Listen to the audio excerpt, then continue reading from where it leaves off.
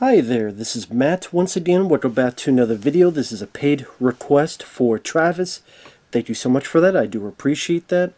For those interested in requesting any type of videos, whether it be a topic, reaction, commentary, review, re-review, video game playthrough, whatever the case may be, feel free to send it and I will get to it as soon as I can.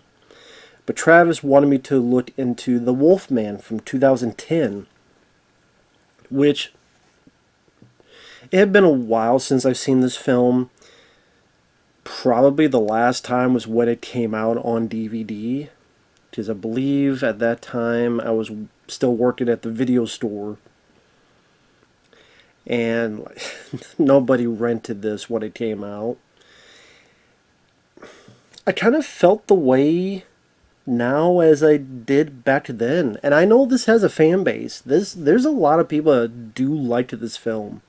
They feel it's underrated. Yeah, sure, it'll probably be better than that new one coming out, but I'm not a fan of this movie. I thought this film was just rather slow and rather bland for a good chunk of it, because the characters I found very uninteresting. I liked Benicio del Toro was a great actor. He was great in Sicario, the first one. I'm not big on the second one. He was good in The Usual Suspects. He was good in The Hunted with Tommy Lee Jones. Great actor. I know at one point he was going to star in a Predator movie, which that would have been interesting. I mean, granted, the movie turned out to be crap, but I think he could have helped. Not save it, but helped it. And I know Del Toro, he was a big fan of the original The Wolfman. So he really wanted to do this, and he executive produced it. But that's weird that he's so passionate about it, but I didn't really see it from his performance, his passion. I didn't really see a lot of gusto, anger. It felt, he looked as bored as I did. I don't know what the deal is. Like, he's a good actor, and if he's passionate about them, I don't know, was it the director? I don't know.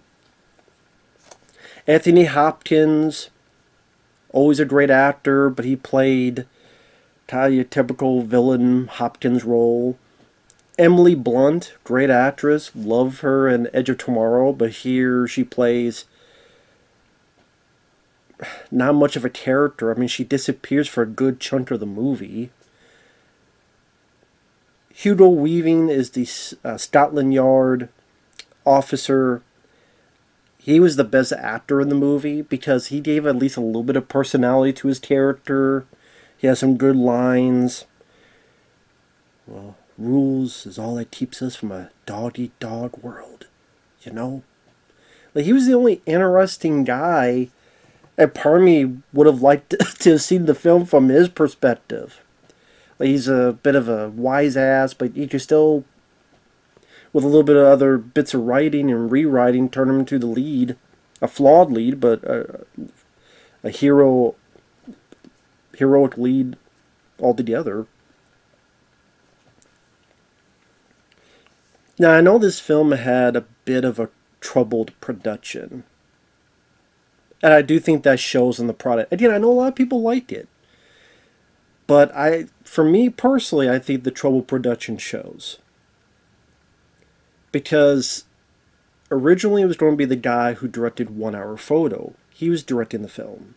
But then he had creative differences with the studio in terms of, I think, the tone and the budget. So he went bye-bye. And like a month, not too long before production, 3 weeks or so, Joe Johnston was hired. Now, Joe Johnston, I think, has made films that I think are quite fun. The Rocketeer, the first Captain America movie, Jurassic Park 3, Jumanji. But I don't think he was the right guy for a horror film. Because, yeah, his films are more either an ode to the days of yesteryear, which is maybe what they were hoping for with this, with the time period, but horror is not really Joe Johnston's forte. If you look at his filmography, nothing about that screams horror. I mean, some may argue like Jurassic Park 3, but I like Jurassic Park 3, and even I would not say anything about that was horror. So I don't think he was the right guy for this. And even when he came in, there were rewrites, and then eventually there was additional photography later on where they added, I think they added the werewolf versus werewolf fight and some other stuff. And it got delayed. It was supposed to come out in 2008. Then it was supposed to come out 2009. Then it came out like February 2010, and it didn't do that well. It flopped with critics. It flopped at the box office. It lost a bit of money for Universal.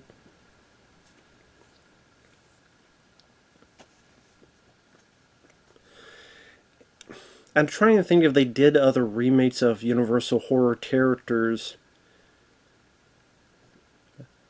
I mean, maybe not a. I mean, I'm trying to remember when was. I can't remember when Van Helsing was, but I've been up until when they did that Mummy movie with Tom Cruise. There might be stuff in between, and I just don't remember it. But yeah, this film. The plot is pretty typical.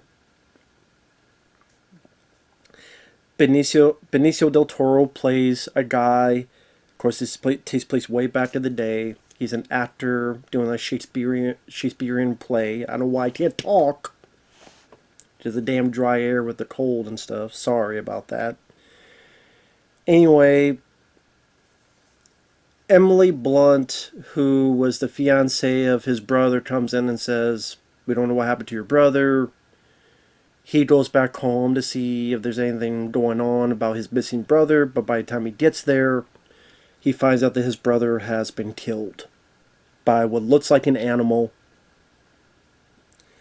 And his father's played by Anthony Hopkins. And then throughout the first half, it's kind of Del Toro kind of wandering around, meandering around, getting drunk at a bar, kind of having a liking to Emily Blunt, which is weird because it was your brother's fiance, so that's a bit weird, you know. And I don't think the two of them had much chemistry with each other because there's like a few like flimsy scenes they're together. And then when the shit hits the fan where he's at this place where these gypsies are at and they get attacked by this beast and he chases into the fog, gets bit, gets nursed back to health, goes back home to the mansion of his family where Anthony Hopkins is at. He's sick in bed for a good chunk of it. Then he tells Emily, "Hey, it's dangerous for you here." And then she leaves and she disappears for a good chunk of the film until pretty much the finale, where she doesn't have a whole lot to do. So I just don't think there was much there to have chemistry between these two, at least to me. Anthony Hopkins, he's a good actor. It's always great to see him in there, but I mean, he could play this role in his sleep.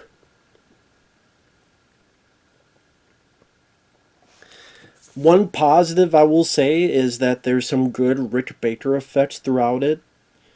I did watch the unrated version, which one has a nice scene with Max von Sydow. Great actor. May he rest in peace. He was in The Exorcist. He was the voice of Vigo in Ghostbusters 2. He did a lot of stuff. Needful Things. That movie. He played the devil. He's on a train and he offers this cane, which is a big ode to the Wolfman, the original, that cane. And Del Toro's like, "I don't want to take it." "Oh, okay." But then when Del Toro sleeps, he wakes up, the cane is there, but Max von Sydow's gone, so he takes the cane with him because it's either that or it sit there. Also, there's a bit of gore. And there's some decent gore. I mean, there's some decent kills. There's one where a claw goes under the chin and it goes under the chin, out of the mouth like this. That's a bit bloody. A guy gets bit and he pulls back. There's missing fingers. There's a couple decapitations. something happens and the throat's been ripped out, or there's slash marks on the face. An arm gets pulled off. So there's some decent gore moments. It is R-rated, especially if you watch the unrated version. I do like when you see the Wolfman himself, and it is in the vein of the Lon Chaney Jr. Wolfman, face-wise. And Rick Baker wanted that. Of course, Rick Baker did the effects on an American Werewolf in London. And so it's like, wow, I actually get to make the Wolfman himself. I like the design. I think the makeup is good. He won an Oscar for this movie. I mean, people may not know that. It's ironic. 2 times he won Oscars were both werewolf makeup effects. American Werewolf in London and this one. I'm not saying those are the only 2. I'm just saying, 2 were both for werewolf movies. What a shame of it, though, is while I think the practical makeup is good, this is that era where there's a lot of CGI, and it's very dodgy CGI. It's CGI that I'm just not a fan of. Whether it be there's certain wide shots you tell they did on the green screen, the transformation scenes, where either the big scene where Del Toro's in the chair, because there's a point in the film where Del Toro, he's changed, he's gone on this rampage. One at least another, he gets caught. He is at the asylum, and at this point they don't think he's a werewolf. They think he's just a psycho guy who thinks he's a werewolf, and they're doing kind of these dunking him in the chair, in the water while he's tied to the chair. He's tied up while a doctor's berating him and telling all the scientists, this guy, he's batshit, he's crazy as fuck. He doesn't say that, but he might as well. And then Del Toro changes in the chair, and it's just, I'm not a fan of that. I don't think that looks that good at all. The idea of the bones breaking and it being painful, I like that idea, but it just, it's the digital stuff, especially 2010 digital technology, and the way his face is changing, I don't think it looks good. I think it looks phony, it looks goofy, it looks cartoonish. And each time that happened, it took me out of the movie. And I wish they just would have stuck with the practical. And I know Joe Johnston said, well, I did this because it gave me more flexibility. Well, flexibility maybe is not what you should have had. If you have limitations, then work around those limitations, because that will get you to be more creative amongst the limitations. Creativity can breed some wonderful things. But you have guys like Joe Johnston who's used to working digital. Jumanji, which has some really bad CGI, but some really good practical as well. But at least with Jumanji, I'm into the story. I like the characters, especially Robin Williams and Bonnie Hunt. Here, Del Toro is kind of just going through the motions. Very tired, very kind of, yeah, I'm talking, like Del Toro usually does, but he just, it just felt kind of boring guy to sit through and deal with for a movie. Yeah. Again, the only one that really stood apart was Hugo Weaving.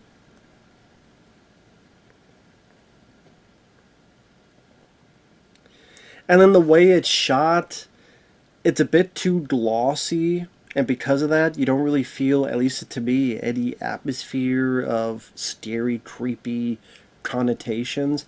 Kind of like The Haunting from 1999. It kind of reminded me of that, where it's almost, they're trying to make it too pretty, but it's like too much of a production where it takes away any tangible atmosphere to, I don't know how else to put it. So I know some people feel it has atmosphere. I don't. And it takes about an hour for him to turn to a werewolf. It's about, with the extended cut, an hour and 50-some minutes. So the idea is trying to be a build-up to get to know the characters, but it didn't do that good of a job because the characters kind of suck.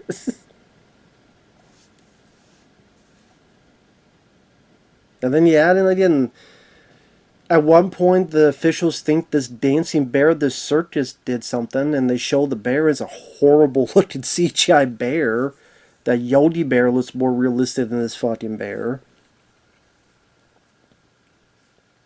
And then you have the initial werewolf having the rampage on the.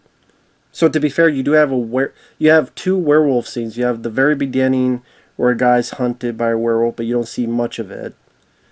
And then you have the scene with the gypsy camp where eventually Benicio gets bit.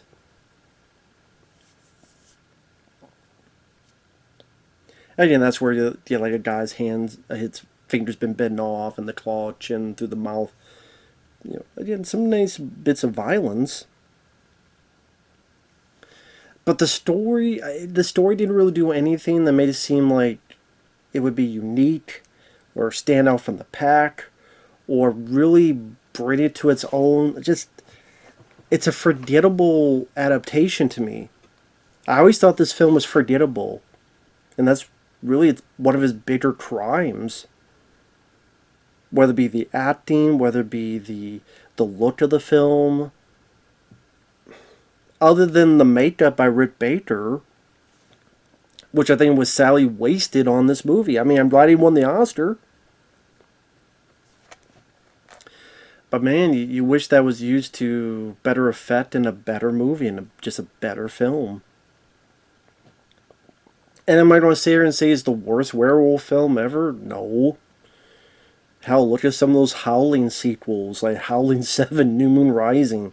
This is a masterpiece compared to those. Cursed. I would say Cursed by Wes Craven is worse than this. Granted, they had a lot of issues too, and a lot of issues.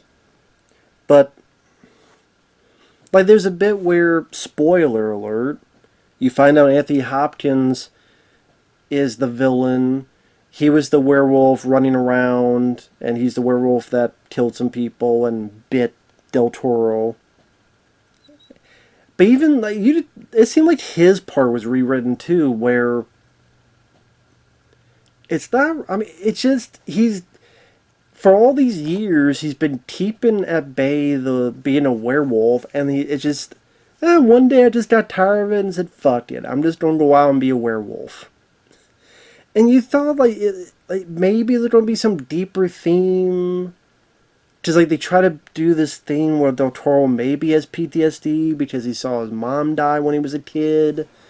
And there's a bit when he's in the asylum, there's this montage of images where he sees himself as a boy being dumped in the asylum in the water, and Anthony Hopkins is putting him in, or he's hugging Emily Blunt and he turns and then the Wolfman attacks him and he wakes up. Like this series of things that I'm sure is meant to imply some deeper bit of depth, but just thrown in there and say, well, that's not enough. I'm sorry, that's not enough to maybe go, wow, this is a deep movie. Deep thoughts with Jack Handy. Oh, shit. I'm deep undercover with this. Like, not really. Not with this movie. Maybe because Joe Johnston wasn't really the right guy to do that. And it seems like the guy who did 1 Hour Photo, that is more of a deeper psychological story. As like that movie is fighting with trying to be this big budget blockbuster that's also R-rated. So, the set piece where Del Toro is at least in the chair and he escapes and he jumps on the back of his carriage and it flips on its side and he bashes through and claws some folks and running over the cop. The cops are there. He's running towards the cops. Then he goes on all fours, which looks ridiculous. It's badly done CGI where he's going on all fours, galloping like a fucking horse. Or like a wolf, of course. And it just looks goofy. It looks silly. Even the scene they added, the werewolf fight scene, where Anthony Hopkins starts turning, it's just shit CGI. And then the fight isn't much. They collide. Del Toro gets his ass kicked. Then Anthony Hopkins hits his head a few times on the floor. Then Del Toro gets bitch smacked. And fucked up, and the only thing he really does is Hopkins jumps on him. Del Toro uses lace to kick him off into the fire. Then Hopkins' Wolfman is horribly done in CGI fire. And then Del Toro does this, takes the head off, and it flies in a bad CGI. Looks like a cutscene to a video game. PS3.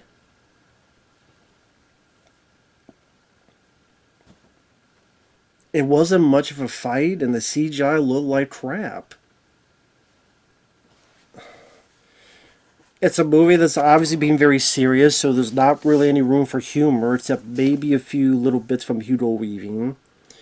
So it's a very joyless movie. To me, I don't think it had much scares. I mean, there's a couple jump scares it tries to have. That's about it. I don't really feel much of an emotional depth of pain and tragedy. I mean, hell, I felt that in The Fly, David Cronenberg, or years later, The Substance, Demi Moore, or some other horror films. I don't feel that with this. In a sense of tragedy, that, oh, he didn't want this curse, and poor him. I'm like, it's hard to give a fuck about him. Really?